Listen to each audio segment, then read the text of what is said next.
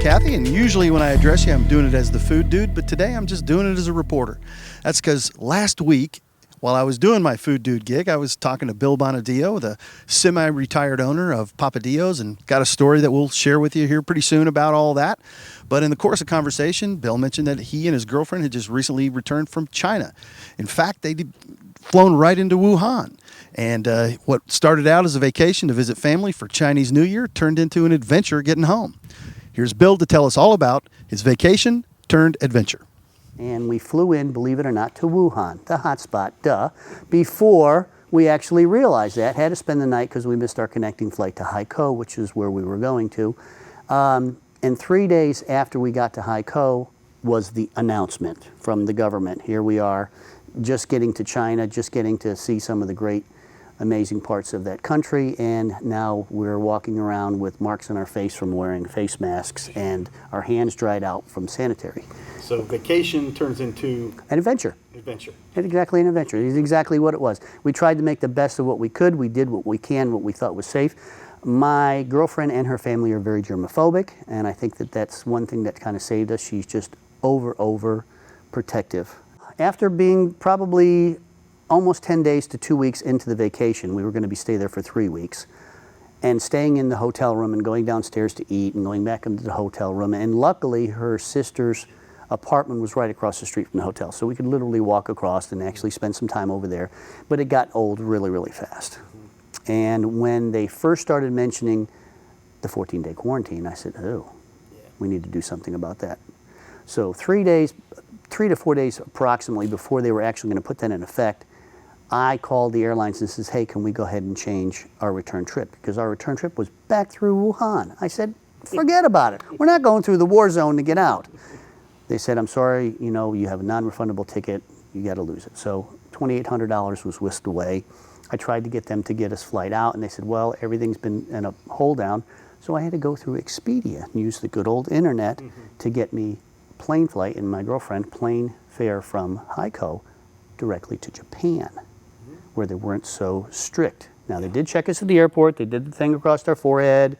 They looked in our mouths. They looked, checked us out very quickly because there was quite a line. Right. We made it to Japan. We had an overlay in Japan, and then we snuck into Hawaii. But we stayed a couple days. We had, a half a day on the beach and kind of looked around thinking, well, maybe we can sneak in now. So I went ahead and got back on Expedia, booked us another flight from Hawaii back to San Francisco, where we stayed with my girlfriend's son, daughter-in-law, and granddaughter.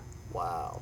So when you got back into the contiguous United Right. States, what was there any kind of process you had to go through? No, there really wasn't any process because we came in from Hawaii, which helped. And like I say, sneaking in the back way. Yeah. I've had several friends that had to come in through Canada, which had a really hard time. They waited. They did not heed my warning. Yeah. I talked to them and said, you guys need to get a plan. You need to get going out. No, everything's fine. We're going to be good and blah, blah, blah. And I said, okay. So we stayed in San Francisco a few more days and visited. We came back to Oklahoma City, and by that time we were probably 10, maybe 11 days from China. Yeah. Almost 12.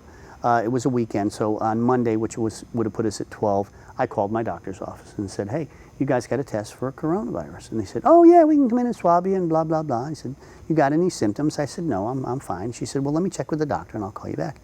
And before she hung up, I said, oh, by the way, I just got back from China. She said, what? I said, I just got back from China. She said, I'll call you right back.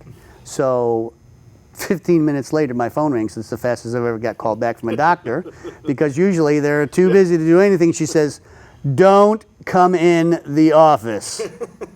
I said, what's the matter? She said, don't come in the office. I said, well, I'll tell you what I'll do. I'll call the health department and I'll check in and see if they have a test. So I called the health department and I got a recording, of course, and then I got, talked to someone and they said they would call me back. And well, within 24 hours, I had the person who was in charge of this corona issue at the health department and told them what had transpired. I came back from China and I wanted to know if they had a test because I didn't want to be a walking time bomb, if I had incurred it, because I was in very good physical shape. I said, I'm not that old. I got a good immune system. I said, but if I'm carrying it, right. I want to know. Well, unless you've got a full-blown case of it, we can't test you. And I went to myself, gee, if I had AIDS, could you check me? Oh yeah, we can check you for AIDS. Yeah, it's just, and in that way you don't go messing around. But if you've got corona, just go ahead and, and just touch everybody and you're fine. So I said, well, what do I do? He says, how long you been in town? I said, we've literally been 12 days from there. He said, well, if you have no symptoms, then you're going to be fine. You're 99% on it in the clear. So if there's any other issues, call us back. We have your name, we have your phone number, and you've checked in, and we really appreciate you doing that. Show us how. All right.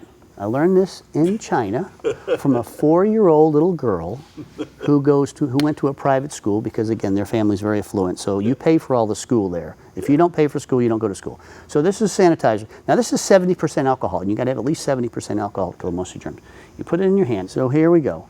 E-R, Sun, Su, Wu, Leo, Chi, Ba.